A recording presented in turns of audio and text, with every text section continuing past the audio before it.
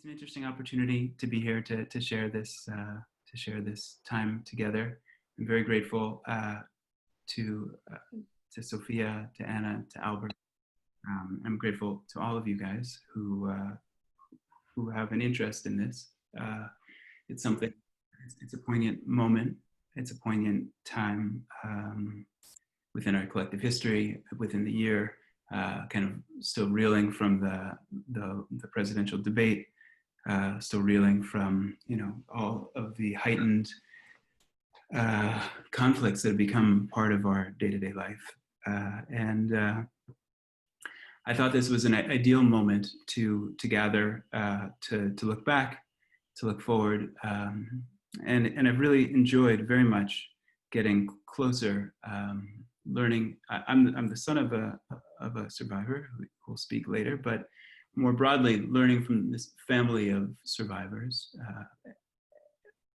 but also as a clinician, learning from their expertise, their sensitivity, their sense of family, and that's something which I've been blown away by. Something else which just which caught my attention leaving Yom Kippur just the other day. I was struck by how the text, which the Torah reading from Yom Kippur begins with after the death of the sons of Aaron. And if for those that remember, the death of the sons of Aaron are struck down by fire. Burned kind of without any reason, and it's striking that this tragedy informs the very basic experience of our holiest day within Jewish tradition. In that, what is Aaron the father, Aaron the priest, has to go very much into the space where his sons were killed, where his sons were burned, to create something and to move forward. And I thought it was kind of an apropos and intense kind of analogy to a little bit of what we're doing, looking back, going into a space of collective tragedy as a way of kind of moving forward as individuals, as clinicians, as researchers, and as all of us in our own worlds. So, with that in mind, I want to kind of kick things off and just give kind of an outline for how I see this expanding for the next little bit of time. We'll hear from Sophia to begin with. Sophia Richman is an analyst, a psychologist, a professor, a writer, a painter, and I'm grateful to say now a friend. And she brings an amazing story of being a hidden child in Poland, growing up between identities, finding her way through psychoanalysis, through art, and she'll be sharing her story and her work and her vision. Anna Ornstein, for those that don't know, is an amazing psychiatrist, analyst, professor, visionary, and really kind of epicenter of positive energy, and I can't say how meaningful it's been to spend time with her. She's a leader. She's published hundreds of articles, books, and so she has a lot to say. And then Albert Levis. At the end, Albert happens to be my father, as a psychiatrist from Athens, Greece, and a creative thinker, an innovator in the field and beyond. And these three people have really different experiences with war, different ages, different countries, different languages. They also have very different experiences in their practices, in their research, and their work. In the audience, we also have other people who have personal experiences. They are survivors themselves, were born in DP camps, whose parents were survivors. So we have a diversity of experiences here, and obviously a lot of sensitivity and engagement. So I look forward to, after everybody will speak for around half an hour or so, and then we can open it up for questions, or people want to share anything, would be great. I think that probably for ease, if people want to share over text, oh, look at that. I see people already are on it. Great. It would be great if people have questions and want to share over text, over the chat within Zoom. They should do that. And then I can kind of call on you. And during that kind of final half hour's time, people can, does that sound okay? Cool, great. So with that, I'll turn it over to Sophia. And Sophia, just one thing, did ask me to share some of her paintings. So I'll be sharing them from my screen towards the end of your talk. If you want to give me a sign, Sophia, then I'll make that. Okay. Okay. All right.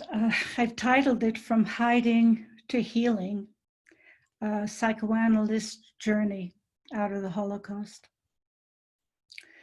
Born into the Holocaust in January of 1941, I was one of the fortunate ones, one of the 1.5% of Jewish children who survived in what was once Poland, the country of my birth. There were other reasons for my good fortune. My parents both survived, while most of our relatives perished. And I was never separated from my mother, as were so many other children. Also, eventually, my parents both gave their testimony about their wartime experiences. My father in the form of a memoir, my mother in her recorded interview for the Fortunoff Video Archives for Holocaust Testimonies. The testimony of my parents allowed me to validate the few memories that I had of those early years in hiding from 1941 to 1944. My focus today will be to describe for you those years in hiding and their long-term impact on my life, my character, my values, my weaknesses, my strengths, and some of the major choices that I've made. In response to the theme of this conference, much of the emphasis will be on my professional choice. I welcome an opportunity to focus on aspects of healing and to delve more deeply into an area that's not often discussed when it comes to Holocaust trauma. I wish that instead of reading a paper, I could speak extemporaneously.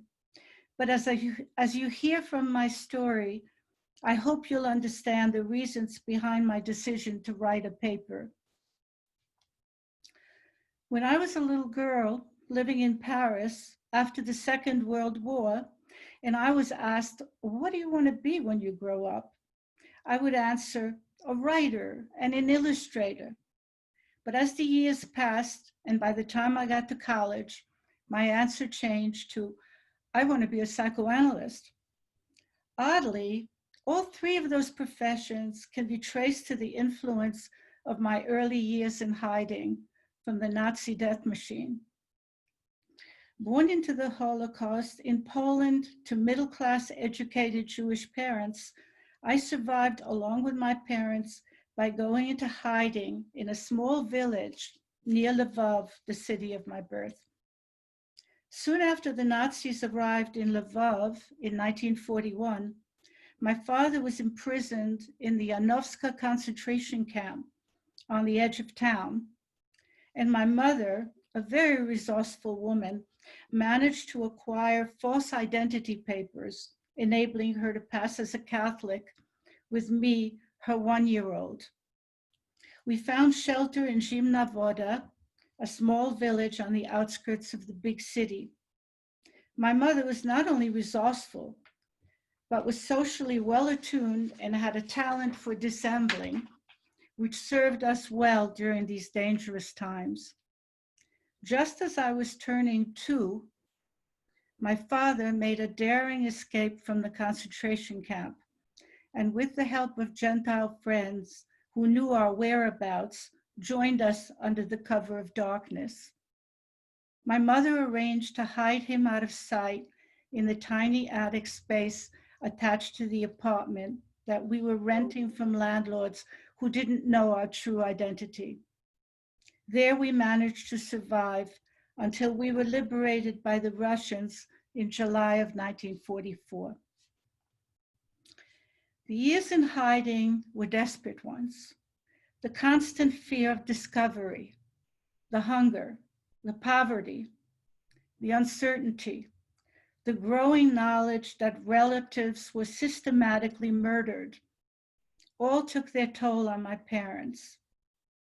I have no doubt that their pervasive terror and despair were communicated to me non-verbally. Once my father joined us in hiding, life became even more precarious and complicated for the three of us. Some of my earliest memories derive from that time. One that stands out is my mother's warning to stay away from the attic door because she said there was a hungry and dangerous wolf in there. It must have been terrifying for me to be aware that ever-present danger lurked so close. One day, the dreaded door had opened and a stranger emerged. I had not seen my father since I was 9 months old, when he was imprisoned at Janovska, and his sudden appearance must have been traumatic. While the memory of the actual event is somewhat hazy, the feelings of intrusion and fear that my father evoked are clear. Perhaps that bizarre beginning is one of the reasons that we never really connected. On some level, he remained the wolf in the attic. My father's presence in our little apartment had to be kept secret from the outside world. As a toddler, learning to talk, I must have presented a great threat to my parents. One wrong word would likely mean certain death for all three of us. But like other very young children during the Holocaust, I was well schooled in deception for survival, as this next memory of mine suggests. I'm sitting at a big table across from the man who mommy calls tatuś, which is daddy in Polish. She's not there. There's a knock at the door and the landlady asks me, Zosia, who's there with you? I look at tatuś and he's very scared. He puts his hand on his lips and shakes his head. I know he wants me to keep the secret. I lie and say I'm alone. She goes away. This memory has never left me. While I can't access the emotions of that dreaded moment, I certainly feel the emotions now. The visual and sensory memory of the traumatic event is strong. This is particularly striking since my parents rarely talked with me about what had transpired during the war years. In a misguided attempt to protect me, and probably themselves as well, they minimized and denied the psychological impact with the phrase, "You were too young to remember." And they reasoned that if I didn't remember anything, then I wouldn't be traumatized. When my father published a memoir of his concentration camp experience years later, he included this traumatic moment of near discovery by the landlady. His version is almost identical to my memory of the moment. And it was most reassuring to have it validated in this way, since the few memories of those early years feel fragile and precious. Here's what he wrote. One day, when my wife went to the village for shopping, I was sitting in the room with our little daughter. Somebody knocked at the door. It was the landlady with her dog. she asked my daughter, a 2.5-year-old kid, "Zosha, who is there with you?" I shook my head, giving a sign to my daughter that nobody is with her. Apparently, before the age of 3, I understood the importance of keeping the secret of my father's existence. I must have been tuned in so well to signs of danger and cues from my father that I could respond in the way that I had been instructed. While it sometimes seems unbelievable that such a little child could keep such a big secret, I know from the stories of other hidden children that desperate times can lead to such precocious behavior. A couple of years ago, I received an email from a stranger who apparently had read my memoir, which I had titled A Wolf in the Attic. She recounted her family's experience, which was remarkably similar to my own. Her father was born in Lvov, the same city where I was born, 6 months after me, to Jewish parents who were passing as Catholics in a small town. As a circumcised toddler, he needed to remain at home where he would not be exposed as a Jew. Also inside the home was an uncle living with them, hidden under a bed for 2 years.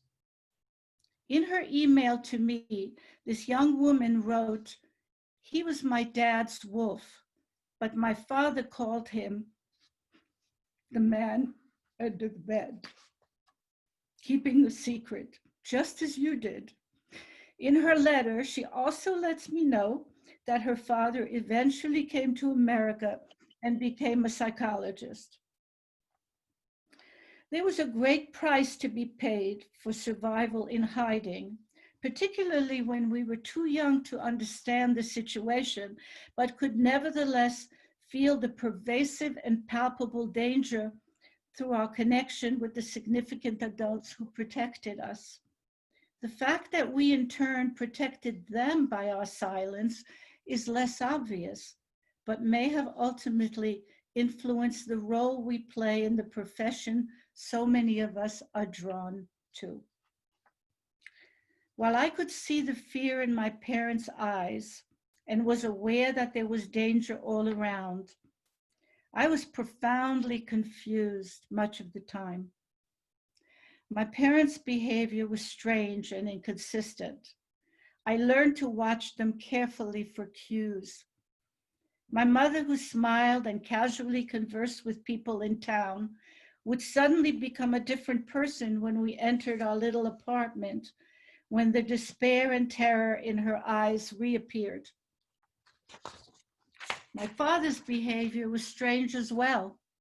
He emerged and disappeared from the attic unpredictably, and he never left the apartment. Life in hiding was confusion, mystification, deception, and constant fear. In those early formative years, I learned to be cautious and compliant, unobtrusive and quiet. Our 3 lives depended on my obedience and silence. Spontaneity of any kind maximized the danger for us all. Movements towards growth, so typical of toddlerhood, presented challenges and were discouraged. Curiosity, exploration, and speech had to be controlled. Speech especially was potentially hazardous in our situation. My mother and I had gone into hiding when I was just learning to talk. When my father joined us and the secret of his existence took center stage, the act of speaking became associated with grave danger. Spontaneous expression of any kind was risky, and words uttered out loud, especially outside of our apartment, had to be most carefully chosen. Faced with the chilling possibility of letting something forbidden slip out of my mouth, I learned that it was better to remain silent. Having to control what came out of my mouth had a profound and lasting effect. Ever since I can remember, speaking has been somewhat blocked and inhibited. To this day, words seem to elude me when I want to speak, particularly with strangers. I am always more comfortable listening than talking. As with many other hidden children, silence and keeping things to myself became an organizing principle in my life. In hiding, there was little to give relief or pleasure to a growing child. Exploration was dangerous, toys were non-existent, and socializing with other children was risky. Nevertheless, my mother managed to find a safe activity that could engage me. That was drawing. While there were no toys for a child of war, pencils were always around and scraps of paper could be found. It was an activity which my mother encouraged and she could participate in with me. It gave me many hours of pleasure, and expressing myself through art became a lifelong passion. Eventually, writing also fulfilled the desire to express myself in a way that felt safe and immensely satisfying. My crippling speaking anxiety seemed to disappear when writing. In fact, words that would elude me when speaking in public mysteriously came to mind when writing. Sometimes words that I didn't even realize were in my vocabulary. It became clear to me in time that public speaking in situations where I faced strangers who could judge me and question me was reminiscent of the danger I had once experienced. It was a reenactment of a childhood trauma. Expressing myself through the arts was a safe way to reveal aspects of myself, to find witnesses, and to begin the long process of working through. Writing and painting were consistent with my talents and could provide me with the self-confidence I needed. So a career as a writer and illustrator seemed to be the perfect combination.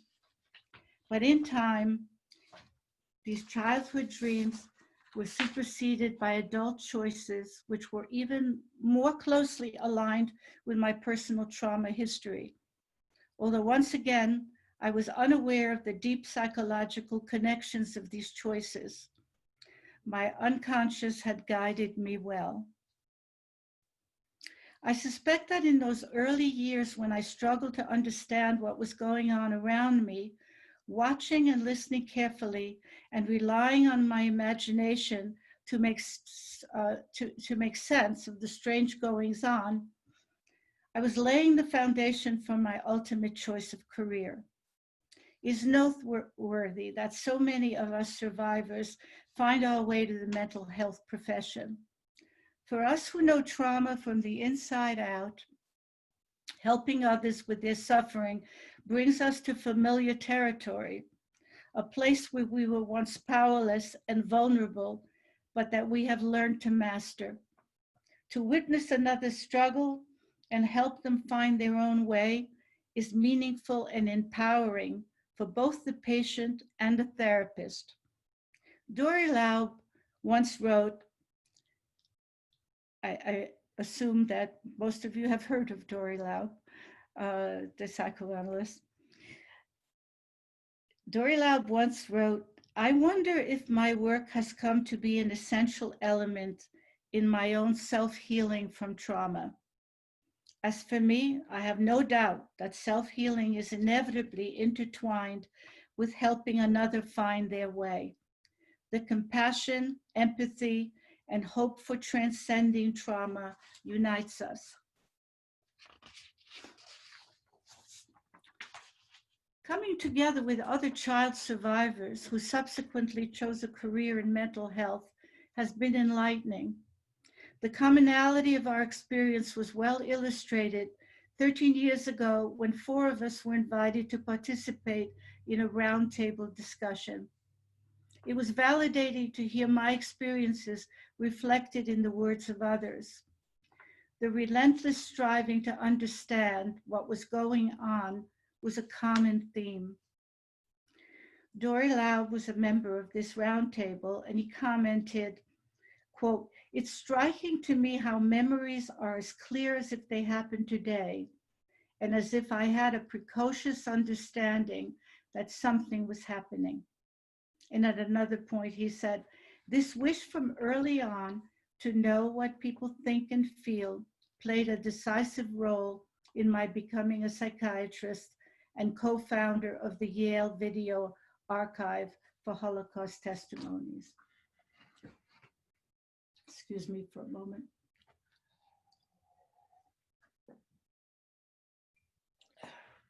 Another member of the roundtable, Clemens Lowe, reflecting on the impact of the Holocaust on his personality, described himself as chameleon-like, able to easily adapt to most situations.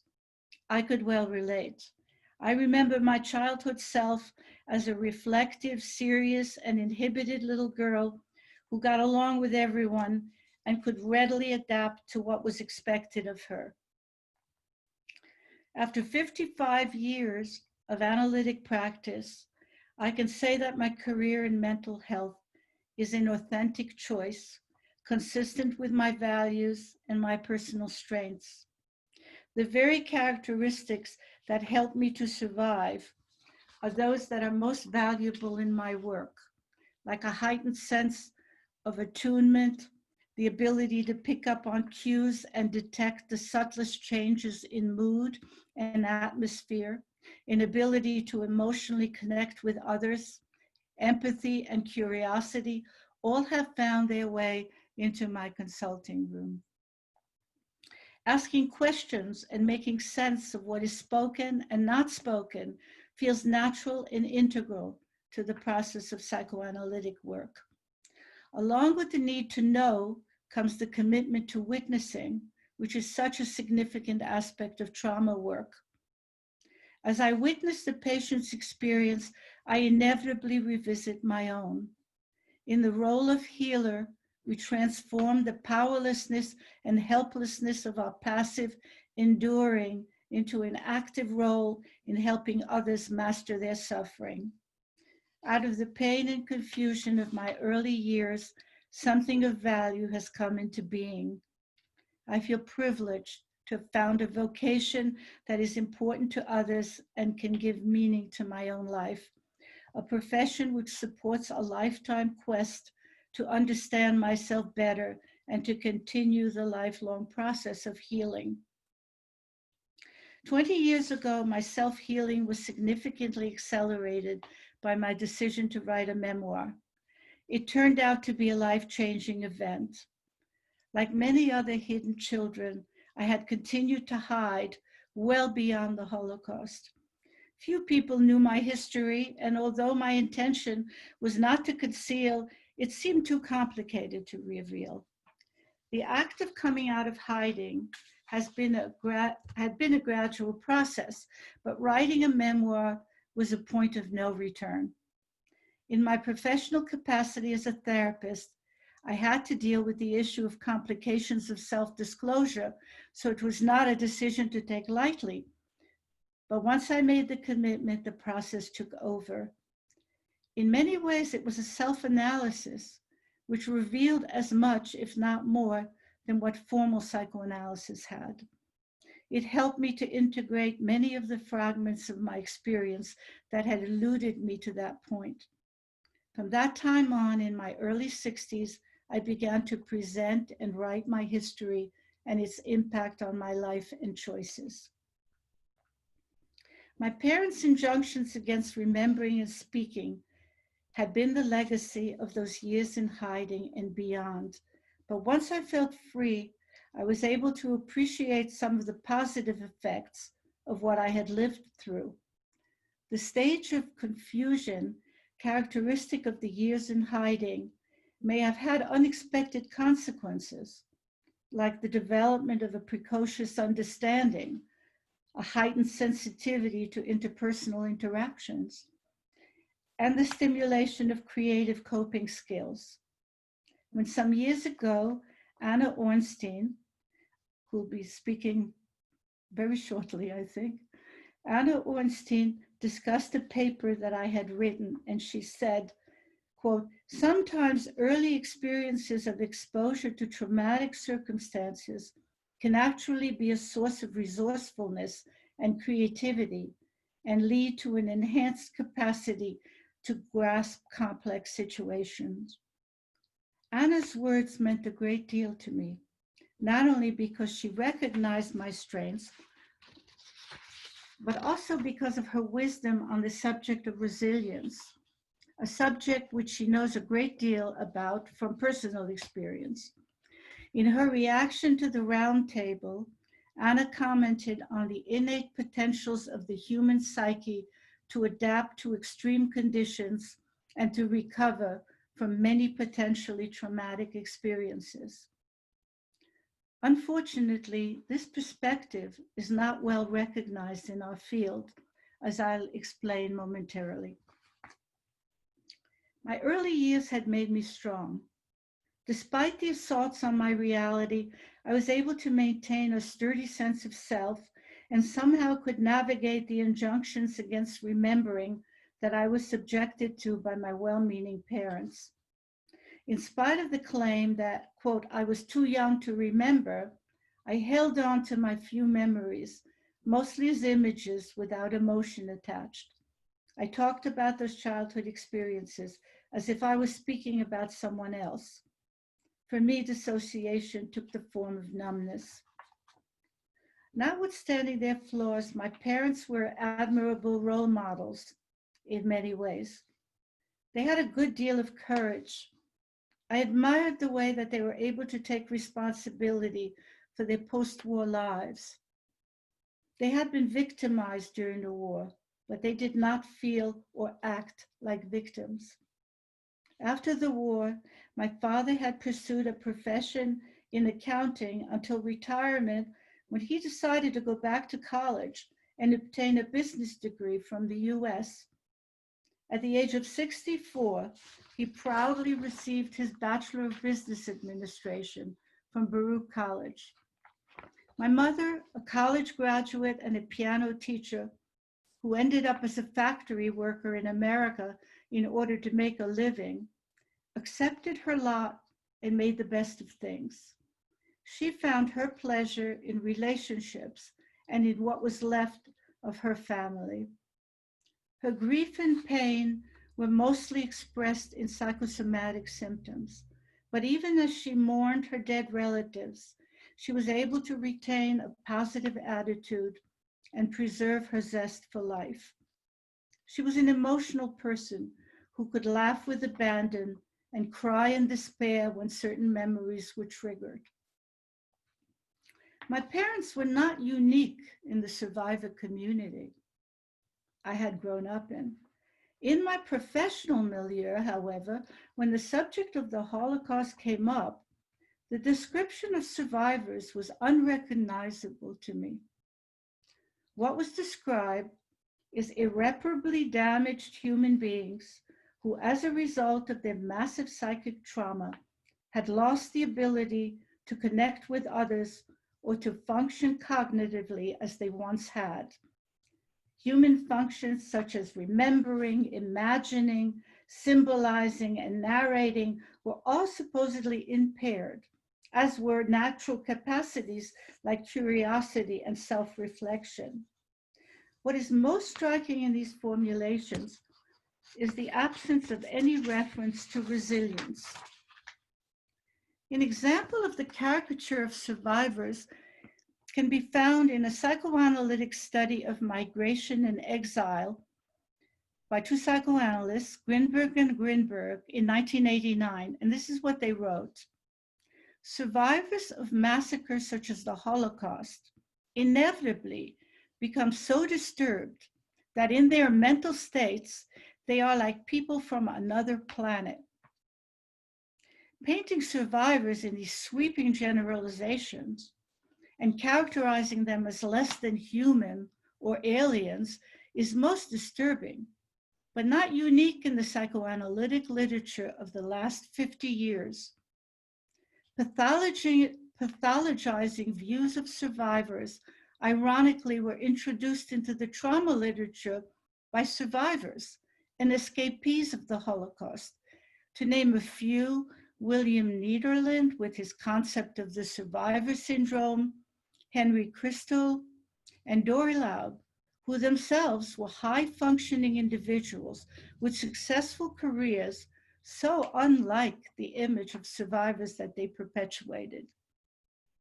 Their status as Holocaust survivors gave the theory a certain gravitas and legitimacy.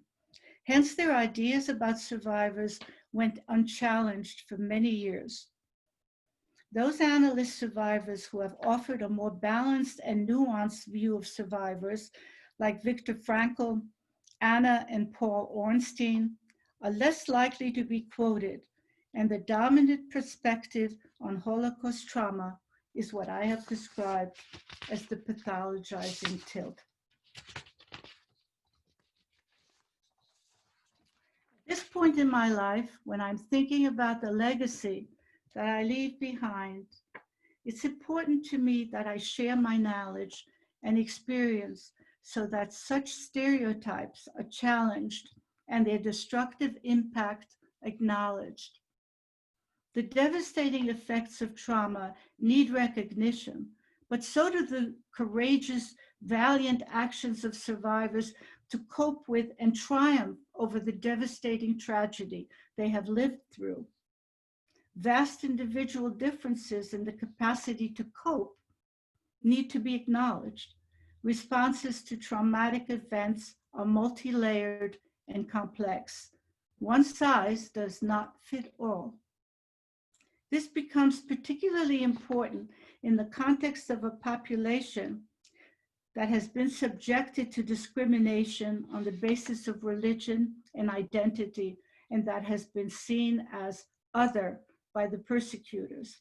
A psychoanalytic view which stereotypes survivors is one that perpetuates the victimization and discrimination of centuries.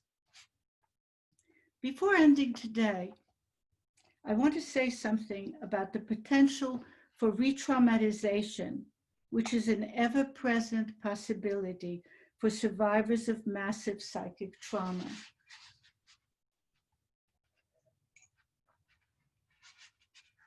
Even for those of us who on balance have been able to create a good life, there are situations which can trigger our old trauma. We are now living through such a time when America, the country that many of us have gratefully embraced for its freedom from tyranny and fascism, is threatened by a leader with authoritarian tendencies who lies and uses propaganda constantly, who lacks a moral compass and is a threat to our democracy. He has mounted an assault on the truth, and those of us who were exposed to lies and deception are reliving a nightmare. Since my teenage years, honesty and authenticity have been guiding principles in my life. I have a particularly strong negative reaction to any kind of dissembling, dishonesty, and the manipulation of truth. To my dismay, the assault on reality that was the condition for my survival during the hiding years is now happening in our country on a large scale. The cult-like following by Trump supporters is reminiscent of Hitler's rise to power in the 1930s. Additionally, we are under siege from a world pandemic, which because of failing leadership is out of control in this country. COVID-19, which threatens our lives daily, recreates for me a time of war when we were relentlessly exposed to the omnipresent possibility of death from discovery and from raging epidemics like typhus and tuberculosis and whooping cough that took the life of my baby sister. This might be the time, Max, to show the paintings, which have to do with the experience that I'm expressing of how it feels these days, for this survivor anyway. In conclusion, I used to worry that writing and speaking about my life was a narcissistic endeavor, But at this point, I've come to see it differently as a form of bearing witness.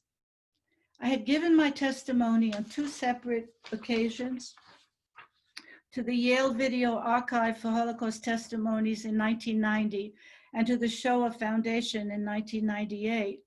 In both cases, my account was limited to questions posed by the interviewers, as well as by my perspective at the time of the interviews. It's striking how much more I am aware of today as I cope with aging, with a different world, and with additional insights triggered by life events in the past 20 to 30 years. I have come to view these presentations and my recent writings as an elaboration of my testimony. I thank you for giving me the opportunity to share my own discoveries with you today. And I think they might be self-explaining. Specifically, it's called Border Walls and Barbed Wire.